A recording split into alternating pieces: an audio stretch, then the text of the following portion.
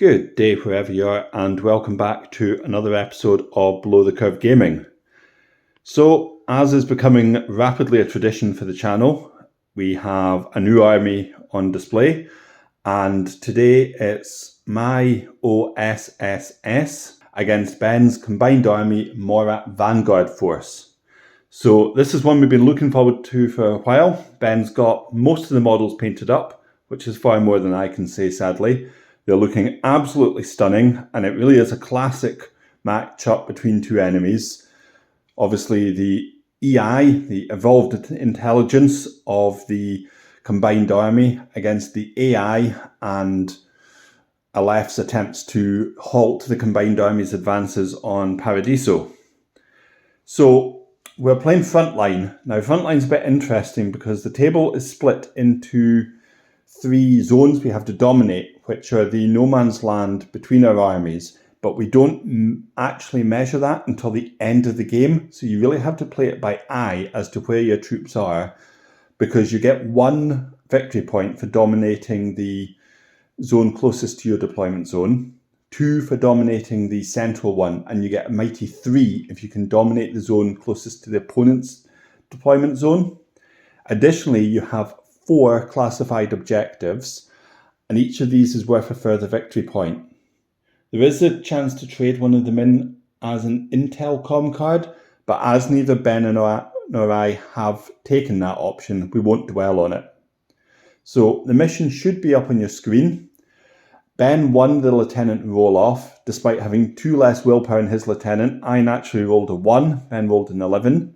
So Ben has chosen the deployment zone over beside the Happy Panda, and he has elected to let me deploy first. As it's a game of dominating parts of the table, I have elected to go second in an attempt to steal some of them off Ben.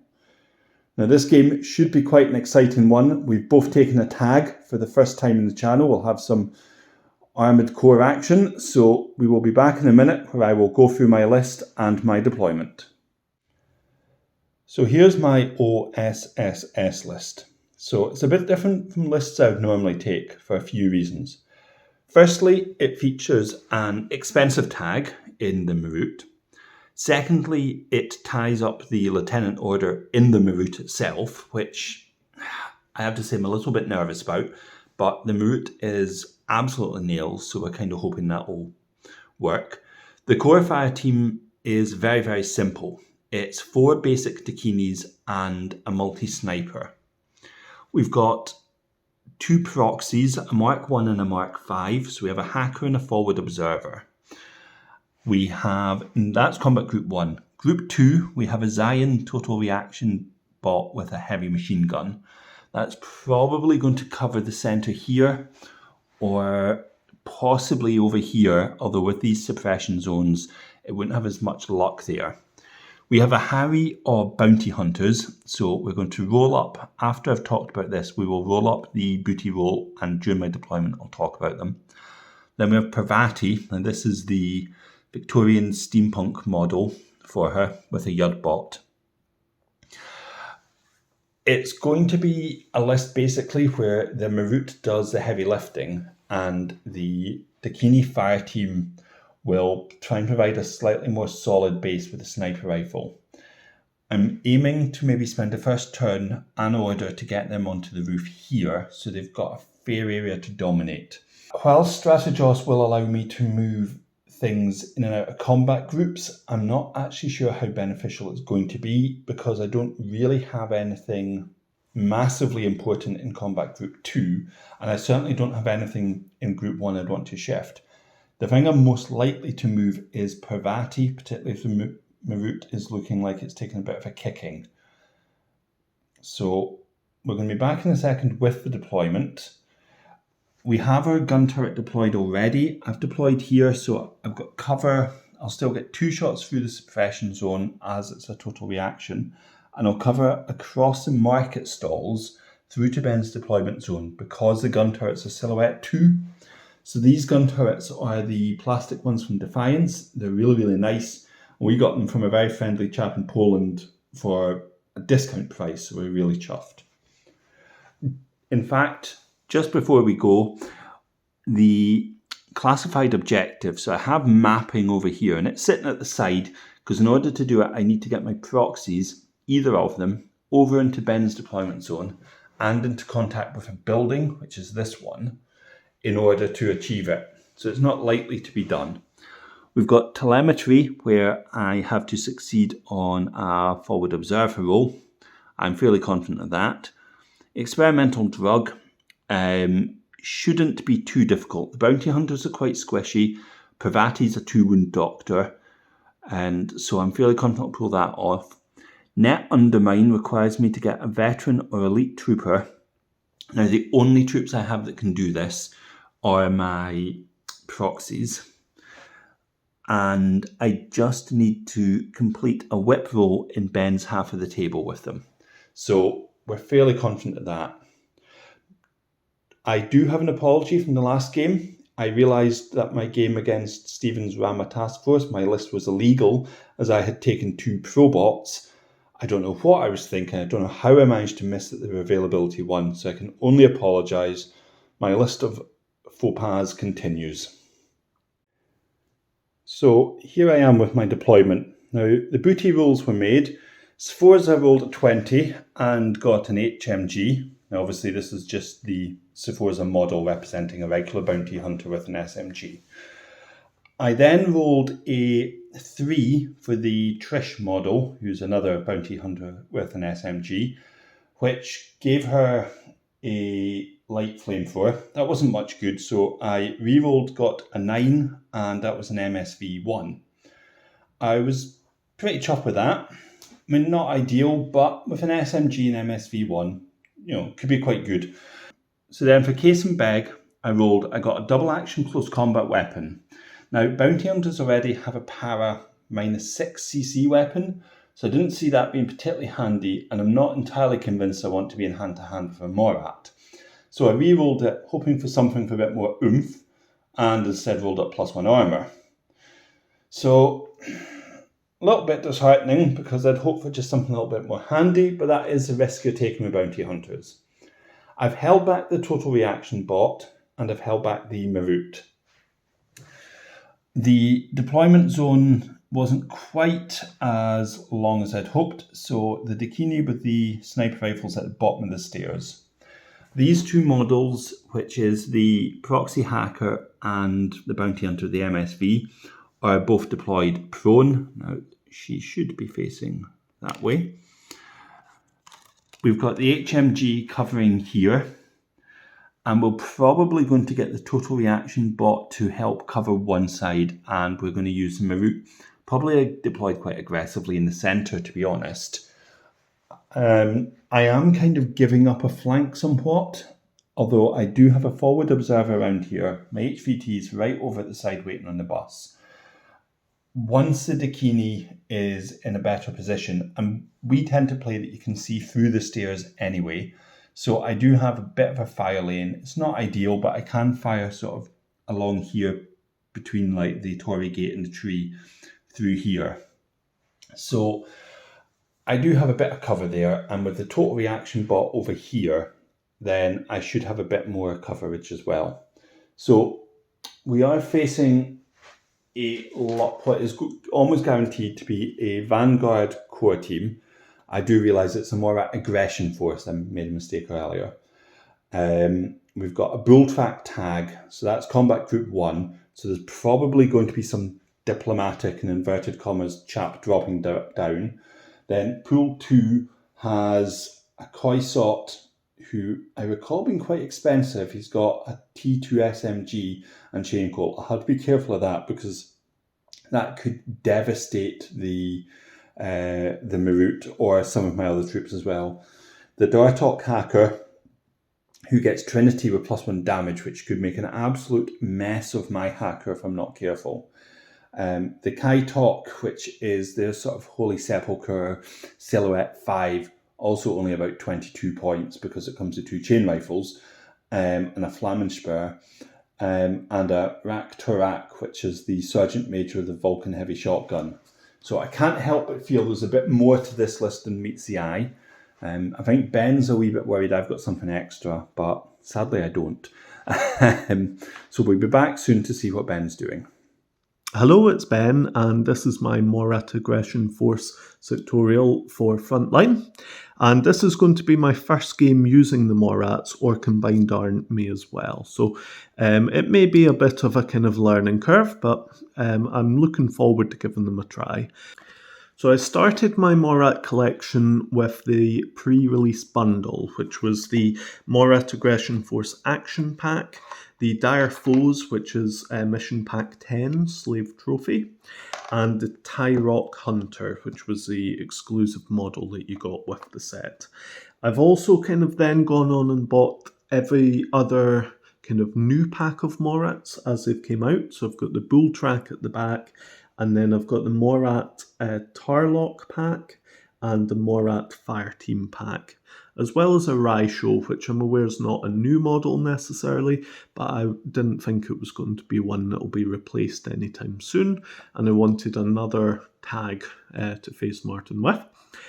So what I've got today is really based around the Morat Action Pack, which I felt was really the starting point for most armies, and I wanted to kind of try, as much as it was an experiment for myself to kind of see how the Morats were, but also to provide a wee bit of content that people who are looking to start Morats may want to pick this box up, and that would give you kind of 9 models which would form the bulk of a Morat army, and then you can obviously add in the other packs from there, so it may well be the kind of starting point for most players.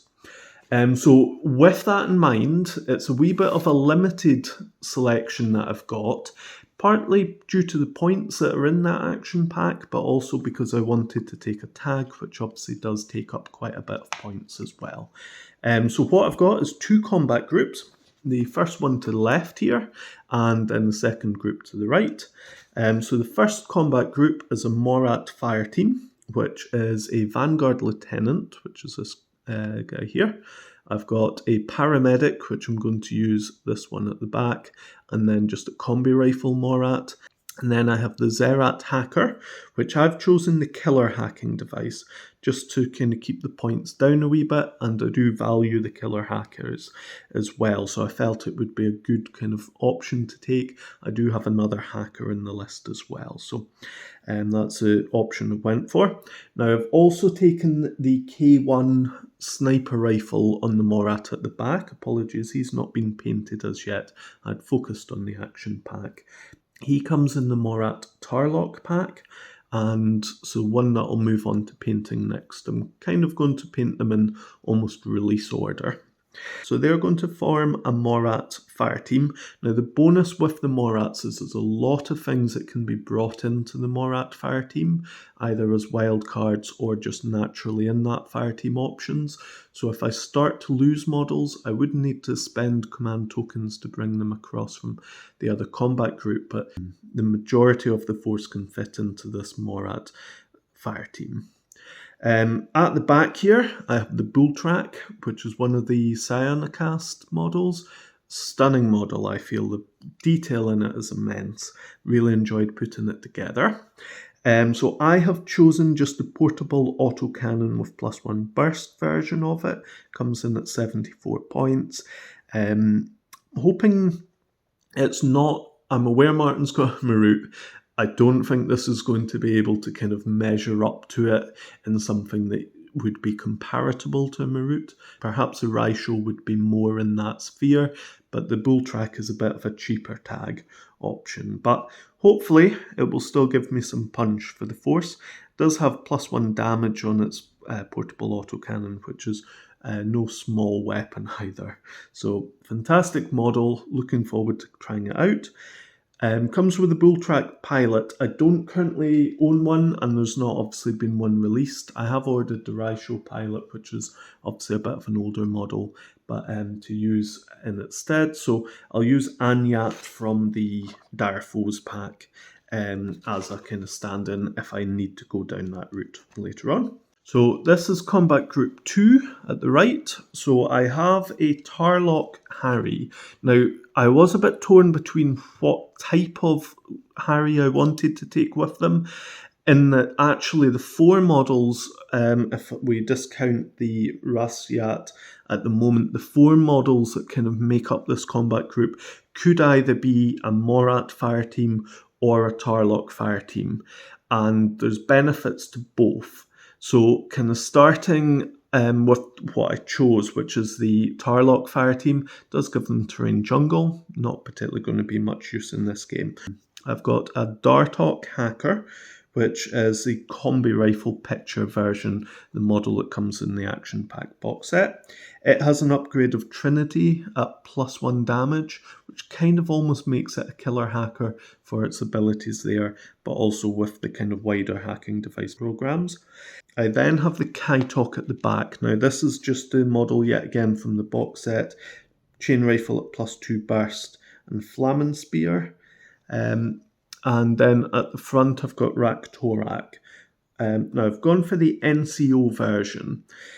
I was torn between whether or not I wanted to drop him out of the fire team and use the Kaiosot instead and make it a Morat fire team. I think the Kaitok can kind of start the Morat fire team on his own, whereas in the Tarlok one I believe it's a Dartok that is a kind of necessary model in there. If I had brought Kaiosot in, it would be quite beneficial in the kind of Morat fire team, but the Raktorak with the number 2 rule maybe gives you a wee bit more kind of survivability in the fire team kind of makeup of it, as long as he's not leading the fire team. When or if, depending on your approach, the leader gets taken out.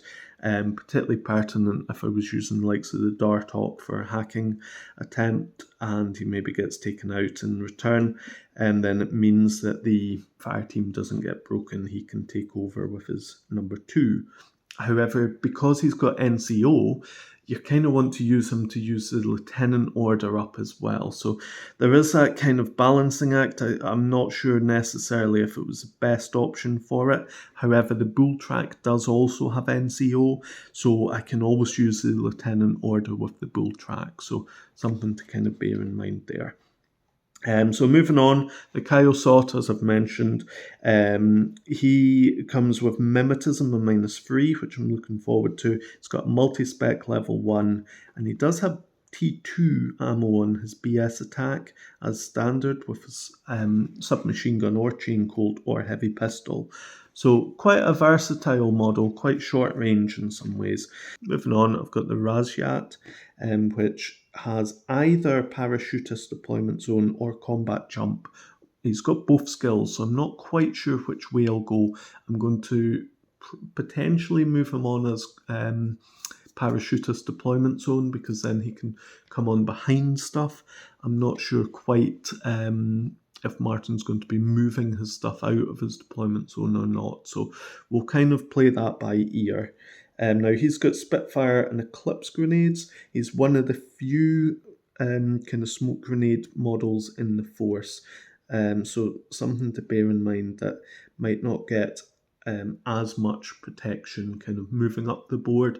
I think the warband models haven't been released as yet. You can get the older version of them, but I'm trying to kind of just stick with the new models as they come out with the Morats. So we'll see from there. And then finally, I've got the Zabuk model, which I'm using as the HVT for this, the Morat Slaver from the Dire Foes pack. Obviously, there is a profile you can use for that as well, but this is 300 points, 5.5 SWC, so I didn't actually have really any more space to fit any models in. So I'll come back after deployment. So here we are at the end of the Morat deployment. So starting kind of right to left, I've got the Tarlok fire team, which is the Dartok hacker, the Kaitok and the Raktorak behind it. Moving on to the core team, hidden in the Happy Panda, I've got the paramedic, I've then got the lieutenant, I've got the Zerat hacker, I've got just a normal combi rifle one, then obviously you can see my turret there, and then I've got the K1 sniper rifle Vanguard over there, and then I've got the Kaiosot just in contact with this taxi there. And then moving on, I've got my HVT over beside the billboard. So I felt it's a position that's relatively protected line of fire wise. There is a 0G zone beside it as well, which will slow down anybody without 0G from moving through it. So hopefully that'll work. So I have kept back my bull track, and then moving on to my classified objectives, I've got Extreme Prejudice, to coup de grace something. I've Predator, which is a combat-based one as well. So I need to kill at least 2 enemy models in close combat, and performing a coup de grace doesn't count. So something to bear in mind. I've got Net Undermine, and then I have Data Scan. Hopefully I've got the models to perform all 4. Obviously Predator, potentially you can get an extra bonus point for as well if you do an extra casualty. So Morats, obviously the feel of them is that they look like they're pretty brutal, so hopefully that would include combat, but we will obviously wait and see how that goes. So we will now be moving on to turn 1 after we've deployed our held back models. So here's the deployment for the held back models. So Martin's obviously been able to hold back 2 due to Strategos. So there's the Zion Total Reaction HMG, which is deployed near the Bounty Hunter. Then the Morat is parked next to this picnic bench. Then over at my side, not wanting to face opposite the Morat, I have placed the bull track down here next to the Tarlock fire team. So we'll come back at the end of the Morat turn 1. So it's the end of the Morat Aggression Force turn 1.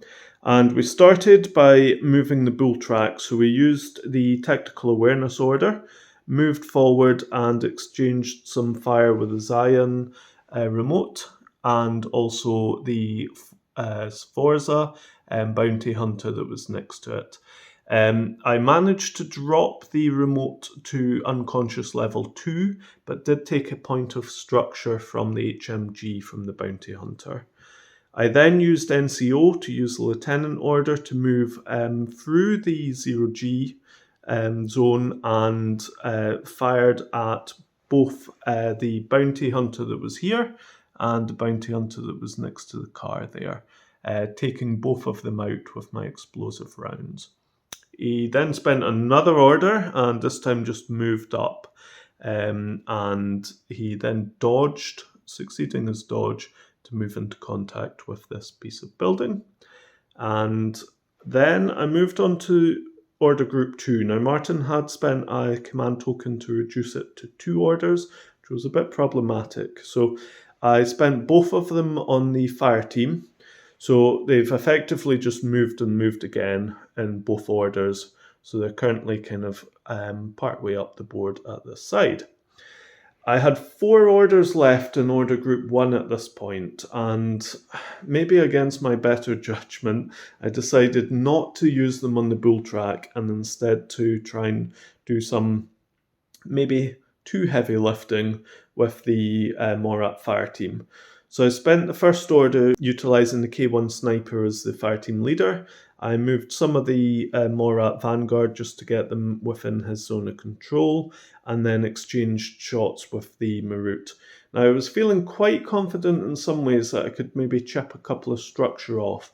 The Morat itself was on a 15 to hit and I was on a 14 to hit.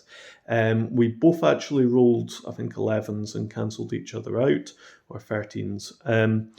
I then spent a second order. This time it did not go so well, and I had in the same order moved my Zerat up into a bit of no man's land in the intention of getting her further up the board. The K1 sniper lost the face-to-face with the Morat and was shot dead due to the shock ammo, and the Morat's not been shock immune. I then had a Zerat which was a bit in no man's land at this point, and the fire team was a bit straggled around her. I spent a command token to reform the fire team and was hoping my Mimetism -6 would save me to get into cover. Unfortunately, the Morat with its MSV of level 2 plugged her between the eyes and I lost her as well. So things in Order Group 1 are not looking so great.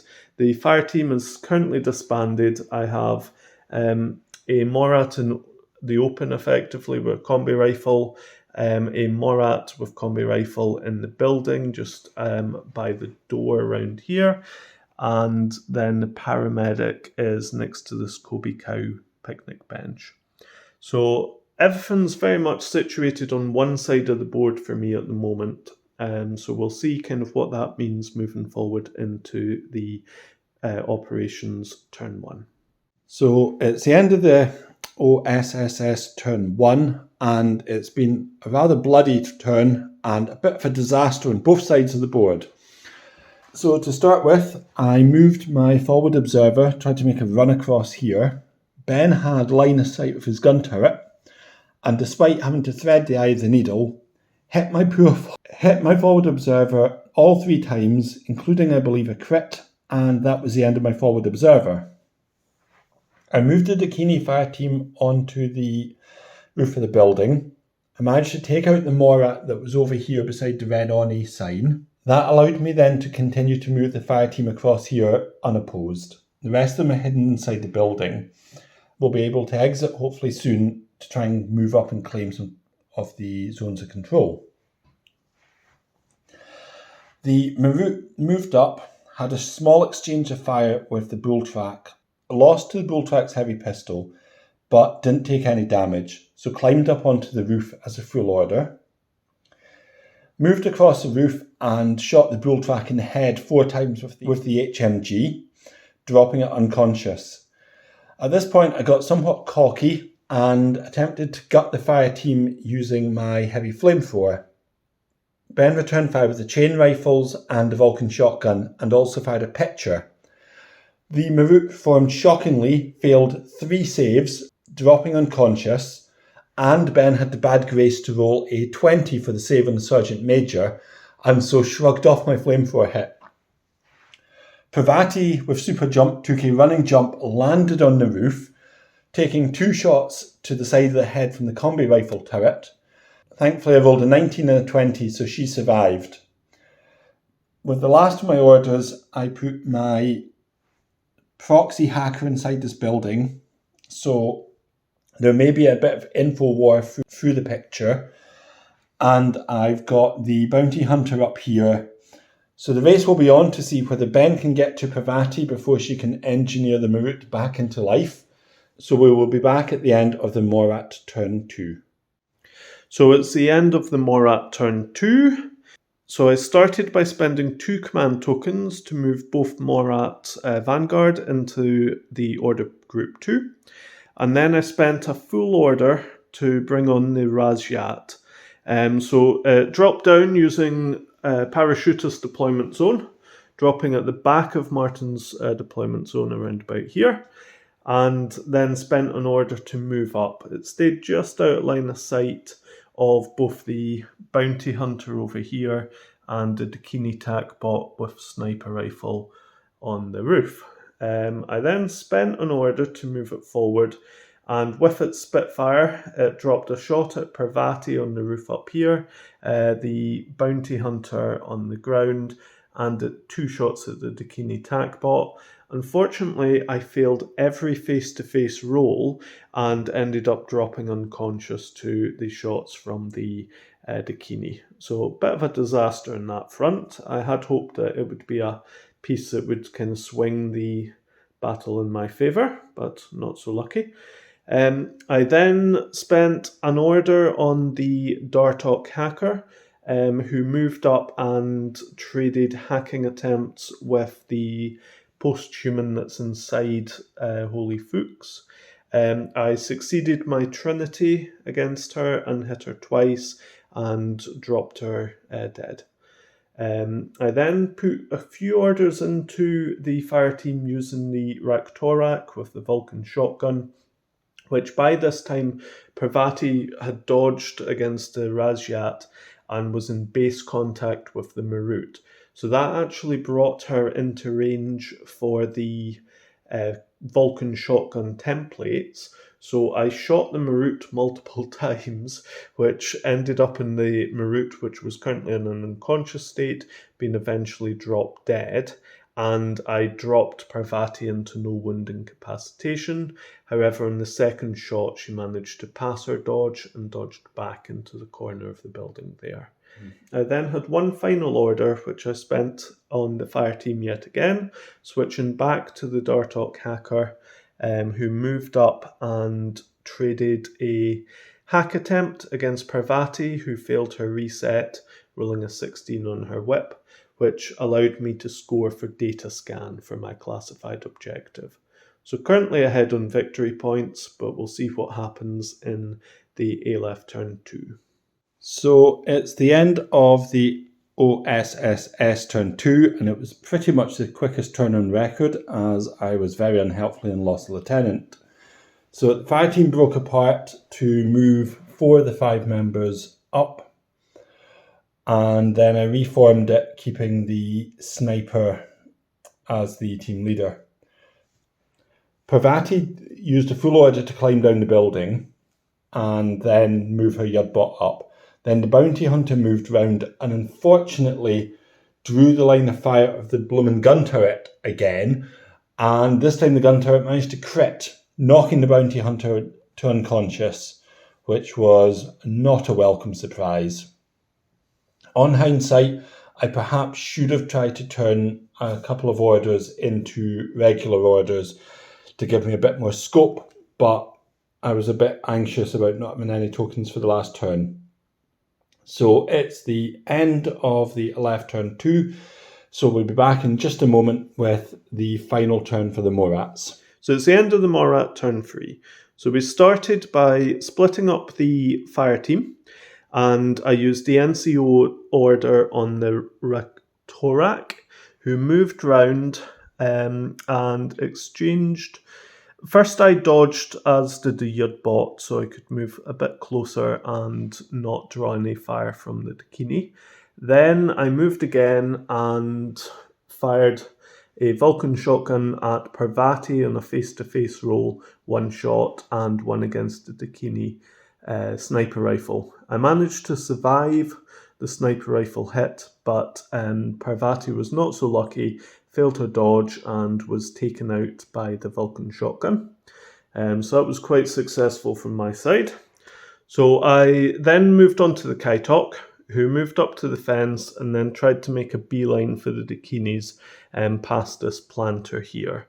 Unfortunately, it got knocked unconscious round about here.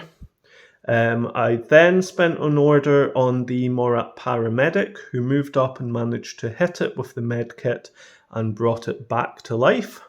So it's on 1 wound currently. So it spent a fallen order, moved up and fired its templates against the Dakini fire team.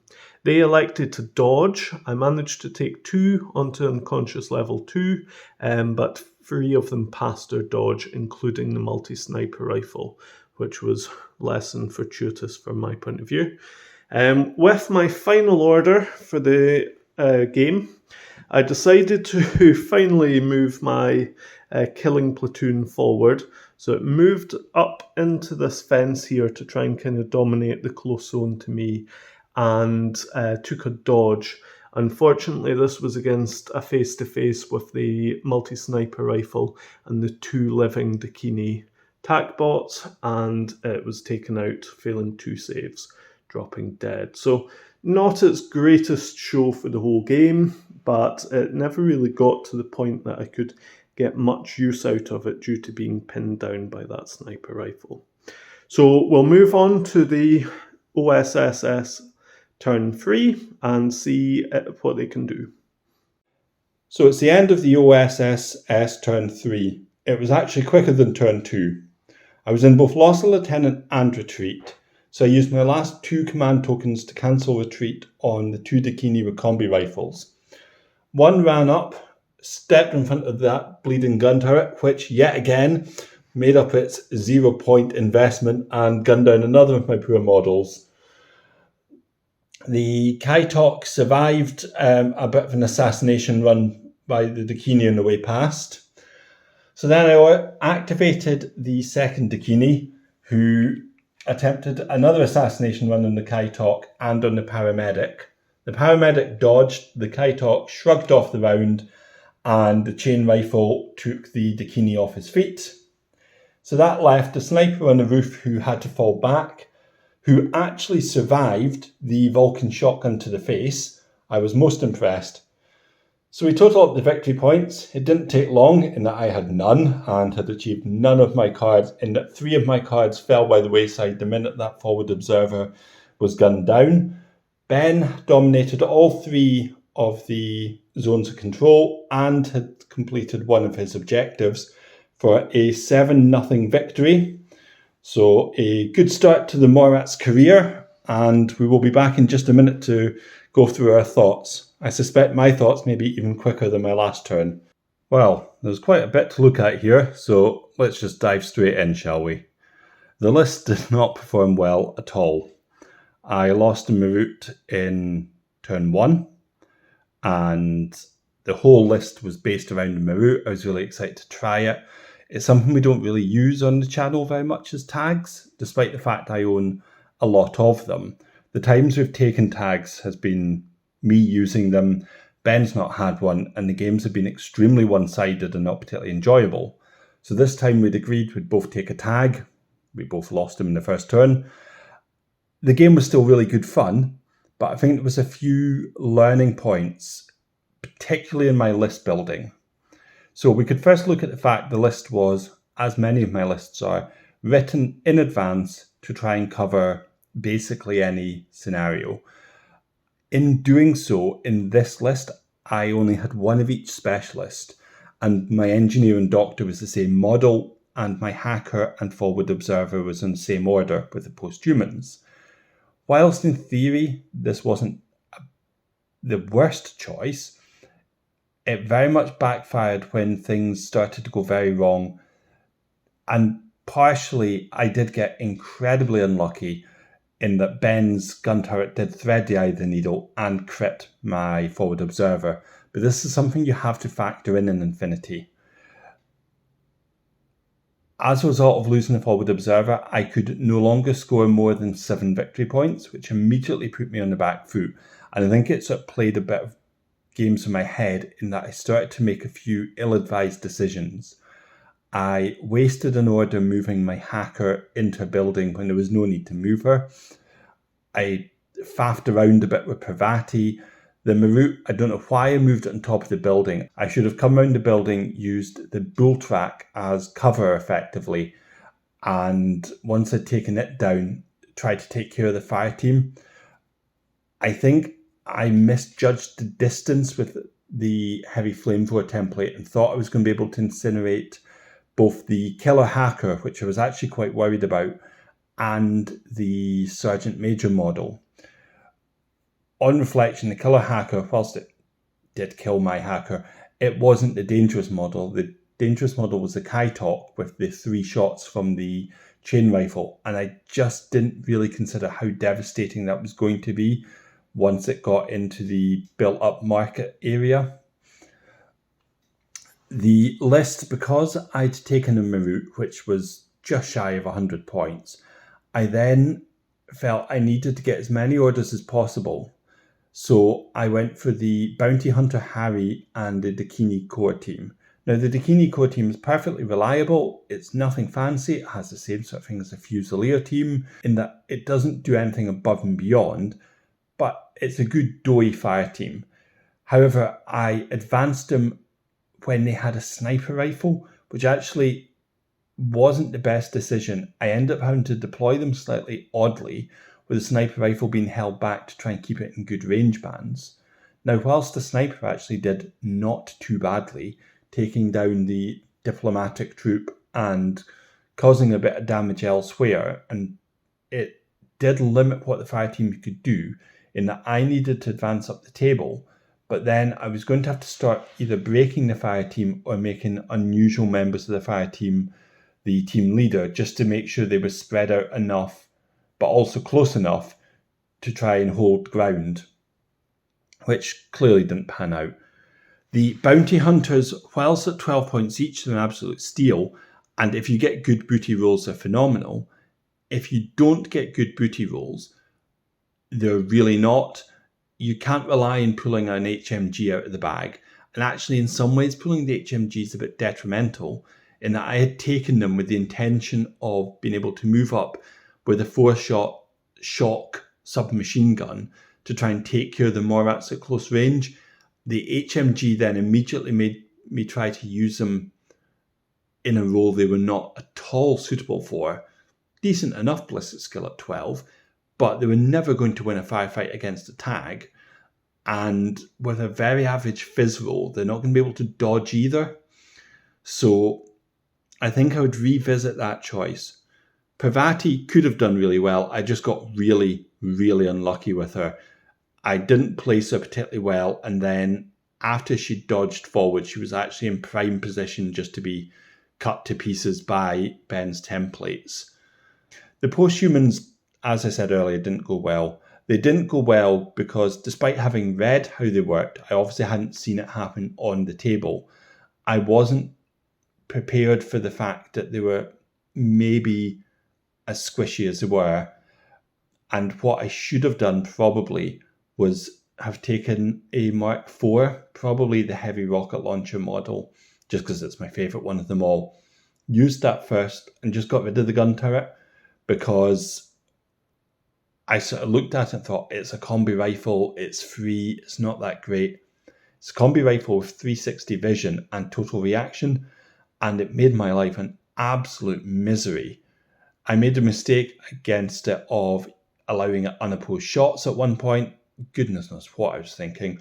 And the one weakness of quite a lot of their left stuff is they do have a very average physical, which can make their dodging a wee bit difficult, to be honest. The Zion total reaction remote, I just got horrendously unlucky.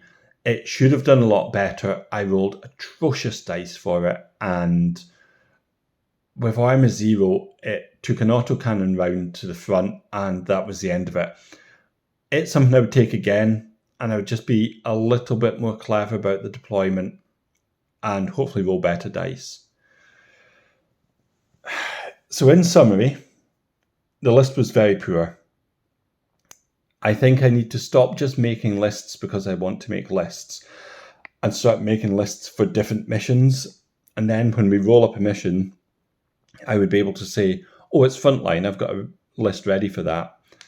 I was desperate to use the Morat, and I didn't really build a list around it. I should have done what Stephen did in the last game, which was build a single order pool, 10 order list that had redundancy built in. So maybe a Shukra consultant to have counterintelligence, some form of cheap orders to power the Morat, maybe even, again, they could be Dakinis, but just a better put together fire team. Not put all my eggs in one basket, because once the Morat went down, without the HMG remote, I had no way of clearing Ben's fire team. The Vanguard fire team I'd taken care of quite handily, and I think that made me a little bit overconfident. Whereas the dangerous one, as we found in so many games, the dangerous fire team is a heavy infantry Harry that blitzes forward with its armour 5 troop point man, shells bouncing off of them, and then returns fire with something that guts you. But it was an enjoyable game. I really enjoy using the Aleph, and I really like the OSSS list. I do look forward to making a new list, and hopefully one that actually works for the mission, and we'll see how that goes. Hello, it's Ben, and here's my thoughts on the Morats after my first game with them. So off the bat, it was quite a successful game, although I didn't feel that that was going to be the case after turn 1. I felt I'd squandered a few of my key units, in particular Zerat. I think in moving it forward and then being caught out in no man's land by the Morat, it was just a bit of a mistake from my part. I think the mimetism -6, I kind of had forgotten the MSV2 on the Morat, so the mimetism was no protection against it. And I do always find you're a wee bit on dicey ground if you're hoping that mimetism will save your troops, particularly it's preferable to have that on top of armour, I would say as well. So stars of the show, I think the bull track was phenomenal. I think it really hit the ground running, particularly at longer range. The portable autocannon taking out both the Zion bot and the bounty hunter with the HMG, and then moving around and taking the further bounty hunter out as well, was certainly quite a successful start. I do think there was a slight limitation I came across with it when its range bands go from quite long range with the portable autocannon to very short range with a heavy pistol. It just lacks something in between. Obviously, close combat weapons are its only other weapon. So something I'll have to be aware of. There is obviously the second profile, which I believe has a hypermagnetic cannon as its main gun. I'm not sure if that'll change the range bands much either, but I'll have a look at that as well. So other units that did particularly well, I think the Darthawk was good, certainly. It managed to take out the proxy hacker and also to cause Parvati to fail for data scan, so that got me a victory point and blunted some of the retaliation I think Martin was planning with his hacker. The Raktorak was pretty good as well, and then the Kaitok took a bit of a beating at the end, but still managed to come through. So they were some of the stronger units. Ones I didn't get as much use out of, obviously the Zerat I've mentioned already, but the Rasyat came down and I think it just got unlucky on the dice more than anything. I don't think it's a bad profile by any stretch. In fact, it's one of the most expensive profiles I had in the game, other than the bull track. But the face-to-face failing both face-to-faces, or all three of them in fact, with its Spitfire, just meant that it was, it didn't really get to show its worth in the board. It's got a lot of good rules with it and a lot of potential in terms of certainly the decharges for some of the classified objectives. It's got Eclipse grenades, it's got the Spitfire for quite a high burst weapon, you've got stealth, and then obviously Natural Born Warrior and Martial Arts level 2 for some combat shenanigans as well. So quite a lot it can do with it. It's maybe got, in some ways, you're paying a lot of points for it at 37 points, but for all it can do, that's not too bad. But that way, if you're looking for a more specialised unit for one particular role, it's maybe not the option to take. So something I'll have to bear in mind with it as well. So the Kaiosot was one I didn't get much use out of, the killing platoon there. I just felt it was on the wrong side of the board for the rest of my force. I'd taken a bit of a conscious effort to push down that side, particularly after the K1 sniper, Morat Vanguard, and the Zerat had been taken out in turn 1. The fire team that was planning on going down that route, I felt with the Marut opposite them and the Dakini fire team, I was probably going to be fighting a losing battle, particularly in losing the sniper rifle. I was going to be combo rifles only for that team. So I think that influenced how much use I got out of the Kaiosot. I could have started moving it earlier, but I just always felt I had something more important to do with the orders at the other side of the board. So the only reason I moved it at the end of the game was to try and dominate one of the zones of operations, and in case Martin had the command tokens left to be able to cancel his retreat, it would potentially offer some AR rolls, albeit not in a great range band with a submachine gun. Unfortunately, in the drop dead, it wasn't able to do that anyway. So quite positive about the Morats in general. I've enjoyed painting them. They're just done quite basically, it has to be said, but I may go back and kind of edge highlight some of the areas and that on them, but I'm happy with how they look on the board. I think the mixture of the kind of quite bright colours does make them pop, particularly with the red theme we've got going on with a lot of the buildings. I think they tie in quite nicely. So hopefully have some new models to show for the next game. So as always, thanks very much for watching. Any suggestions and comments, any questions, just drop in the comment section below, and please like and subscribe. Thanks very much.